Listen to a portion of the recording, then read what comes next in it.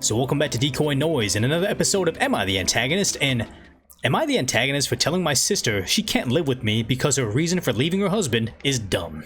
So as always, read the story in its entirety, we rush it over to Decoy Court where I give you my knee-jerk reaction, then we do the decoy defense where I give you my inverse of that, then we do the top comments and the controversial comments, then I read your comments down below as well, but let's go ahead and get to the story right now.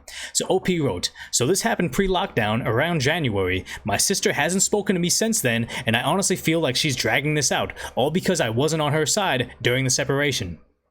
So what happened was she attended a work event with her husband. It was a party and everyone brought their spouses. She was pregnant, so she wasn't drinking. Her husband got pretty drunk and she saw him with another coworker flirt. Her exact words were, his hands were on her waist and her hands were on his lower thighs. They were dancing really close and whispering to each other, smiling. My sister got upset and left the party in tears.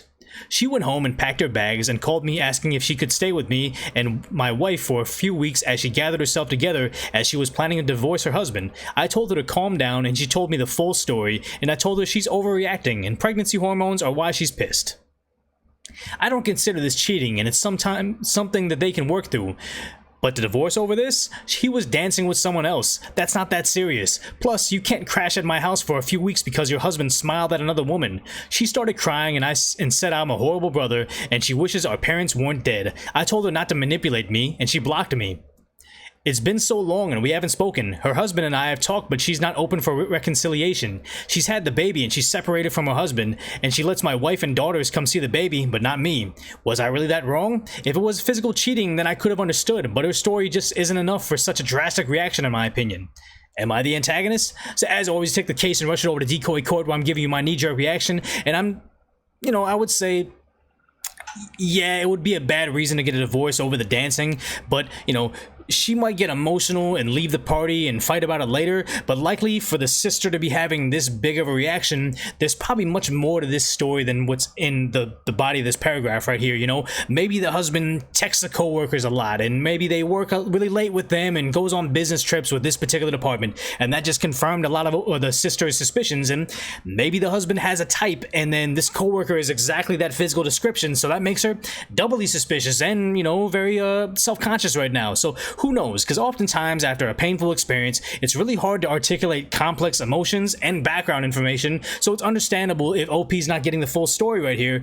But I also would have to say that the decoy defense is, yes, the sister is pregnant, and he really doesn't want her moving in for an undisclosed amount of time because the husband danced with some other girl. And plus, maybe OP was finally able to convince his wife into fulfilling his deepest fantasies, where it's like, his wife's thinking, okay, cool, I love you, I will wear this giant furry mascot costume and we'll do it as much as you want all anniversary month, but only if no one finds out and we never bring it up again. And then now having pregnant sister living in their one-bedroom apartment is going to completely derail all of that, and it's going to throw it out the window. So OP's been barking up that furry tree for 3 years, so yeah, this is going to ruin that. But of course that would make him not the antagonist, but overall, minus a decoy defense, I'm going to go ahead and say right now that I think that there's no antagonist here, because I could see why it should, why would it be down to OP to take care of the sister when she's going through a divorce? It should be, but let's be honest, not all siblings are all that close, and letting a pregnant, now single mother live there for an undisclosed amount of time is a pretty complicated situation, because in some countries after the child's born there, OP could now be financially responsible for the kid, and that's extreme sounding, but I could see why he would have the reservations. And also the idea that the sister started to try to guilt trip OP into having him do it is enough reason for a lot of people to say yeah, you know what, no, pass, I'm not really gonna be doing that. But that's a lot of projection on my end, but I can't really imagine a situation where if you don't want to do something and it's going to have very lasting consequences, someone should be able to guilt trip you into it, especially when it looks like the sister was able to do it, be a-okay without the brothers home. Like, she was able to figure it out. It wasn't like, oh, I'm gonna live on the street without it. So all is well that ends well. Maybe they're gonna have a strained relationship, but I do kind of get where he's coming from. But maybe I'm right, maybe I'm wrong. We'll take a short break to make sure you guys can give me your feedback before we read those top and controversial comments. But also in that break, make sure you're subscribed with the notifications on, also so you can see when I start going from 10 a.m. videos to 10:30 a.m. videos with the premiere feature on, so we can all watch the video together once it goes live at 10:30, and we can do have a little party, have a conversation. But let's go ahead and say, take the break and go to the top comment right now, which is this real? Your pregnant sister's husband was publicly getting handsy with another woman in front of all their friends, and you think that's not a reason to leave?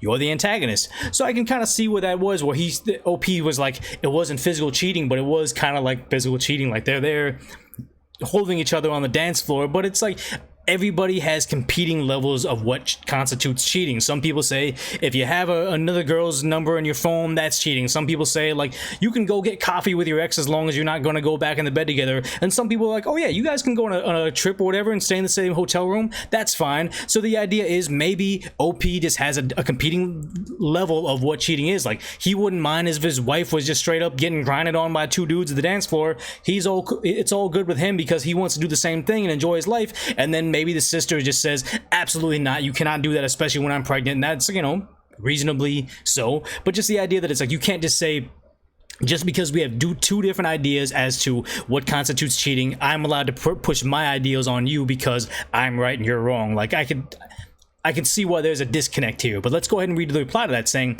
seriously, I cannot imagine how humiliating that must have been. True. And the next reply saying, and if that's what he was willing to do in front of his wife and everyone else, I highly doubt he's keeping it zip when they're not around. See, there's the ultimate projection right there saying that, you know, I know someone that would do that or I would do it myself, so obviously he's a cheater. Obviously he's a scumbag because he got drunk and danced with somebody. Like that's a huge jump to make, and I don't like to do that with my, even with the decoy defenses being absurd as it is, I try not to make that big of a jump where you're labeling somebody as the bad guy like that. But the next reply is saying, you're the antagonist. You're not obligated to give her a place to stay, but she's well within her right to leave her husband for any reason, up to including, I didn't want to be married to him anymore. Blaming her choices on pregnancy hormones is really insulting. What's more, I bet dollars to donuts this was the straw that broke the camel's back situation, and your sister has been putting up with this BS from her husband for a while, which is kind of something that I also agreed to as well, saying that he kind of dismissed her things where he was just trying to, okay, get out of here, I don't want to deal with this, no, like, look, I don't want a pregnant sister in my house. Maybe they don't have a good relationship and this is the first time they talk together on the phone for over a year. Who knows what the real thing is going on, because it just doesn't describe that. But just the idea that it's like, the wife can leave at any time they want, or the sister can leave whenever she wants, but the idea is this was probably one of many things that were kind of pissing her off. There wasn't just like, you know, happy marriage, happy marriage, happy marriage. Oh, you were touching somebody on the dance floor, divorce. There had to be something else going on, which also kind of alludes to the idea that probably this brother and sister aren't as close as everybody's trying to illustrate them to be when they're calling him the antagonist, saying that like, oh, you should know all the facets of the relationship. Maybe he didn't even know that they had problems in the first place. Maybe he didn't even know she was pregnant in the first place and before this conversation. So I wouldn't be too quick to say negative things about this. Next reply saying, came here to say this. OP is sexist as hell. Besides, the pregnancy hormone thing is just a way to discount a woman's feelings. And I doubt OP would feel the same way if his wife got drunk and fondled a strange man. And here's the thing, here's more projection. Like, me personally, I wouldn't like that, but maybe OP's into that. You don't know. And here's the thing is, when we start to try to fill in the blanks, we're not discussing the topic at hand. We're just making up a new story that is kind of what we think it should be and saying, oh, this is the judgment we give. Like when I give the decoy defense, I know it's absurd and I don't post it on the thing and I don't PM the guy saying you're a terrible person because the decoy defense said that this whole thing about furry costumes was a part of the story. It's like, it's not. Like you can't interject your own ideals and what's going on in your life into this story because it just might not be relevant to the story. But as always, the top comments are kind of blasting them, but maybe we can find some controversial comments and go the other way because that's always fun to see. So someone that got lots of downvotes on controversial said, not the antagonist. You have the right to deny who stays at your house. However, I don't think you took her point of view into enough consideration. Sure, her husband and coworker didn't make out or sleep together or anything, but I do feel like he crossed a lot of boundaries. There's probably a lot more to the story as well. And this is essentially exactly what I'm thinking, and this person got massively downvoted, so I'm guessing my viewers are going to think the same thing with I'm being the antagonist here for saying what they're saying. He's like, yeah, you can deny anybody living in your house, it's your home, whatever, your decision, and it was on, in the grand scheme of cheating, this was on the lower end of just like they were dancing and they got drunk together, but also the idea that it's like, you know, there was more to this story. That seems like a reasonable answer to me, but maybe I'm the big antagonist, because I do know that I'm an antagonist in a lot of stuff, and then this person got downvoted heavily. So let's go ahead and read the next controversial reply, which is, you're the antagonist. You're right that this event might not be divorce-worthy. They might work through it, but you still should have let her stay with you. Not really up to you to judge what's acceptable in their marriage.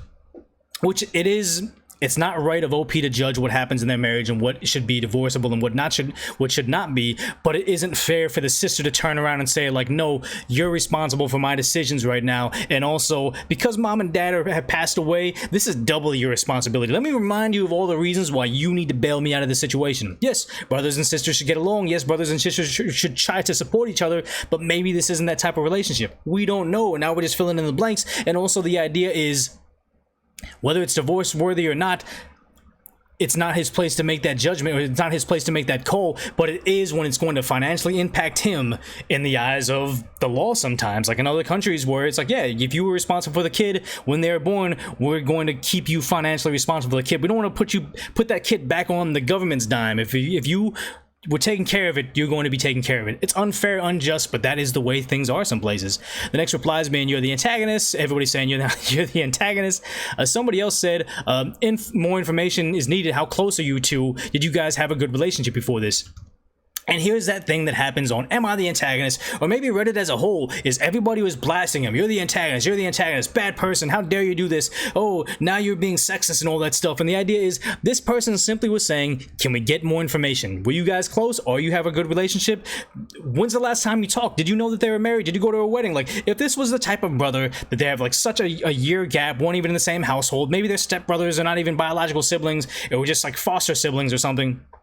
The idea that the sister needs to guilt him into making her stay at his house when she's pregnant, maybe that's just, it's just not something that should be expected of him, especially when he's being guilt tripped into it. And the idea is, this guy just wants to ask, hey, how close are you guys? Is this something that should be expected of you, or is she just trying to guilt trip you because you have that label of brother somewhere in legal documentation or something? He just asked that question. He just wanted to know, hey, is there more to the story I would like to know before I cast judgment? No, Reddit was over there and saying, no, how dare you get more information? Don't make an educated decision. Don't try to figure out the truth. Just hop on the bandwagon of your porch and pitchforks and let's just go slay this dragon right now, because that's all they care about. Is like, hey, we're all on the right side here, right? Yeah, we can all mob justice this person. Go for it, do it. It's like that, what's that thing from Gladiator?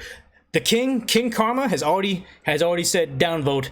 Everybody has to go downvote. How dare you? This guy is the Gladiator of Reddit right now, where he's like, is this what is it? Is this what you want? Are you entertained? Are you not entertained? I think he just wants to battle it out. I don't know where I'm going with this right now, but make sure if you like what I'm doing right here, because this makes no sense, make sure you subscribe down below with the notifications on, because I am going to be transitioning into different content as I do, you know, the premiere stuff. I'm going to try to experiment with different things. Maybe I'm going to do real news stories with decoy defense on it, because that might be something that's entertaining to watch, because if anything, I've learned that I can make up stories on the fly that are absurd and people seem to like them. But as always, I enjoy making these videos. I really like when you watch the whole video to the very end, where you see the kind of confetti and the celebration of the SNL type outro that we got going on over here. If you like the content and know someone that might like the content as well, be sure to share it with them. Send them a link to the channel as a whole, or maybe just one particular video that you think they might like. Like it, share it, subscribe, whatever it may be. But if nothing else, just put this on autoplay and watch the next episode of DecoyNoise coming up next.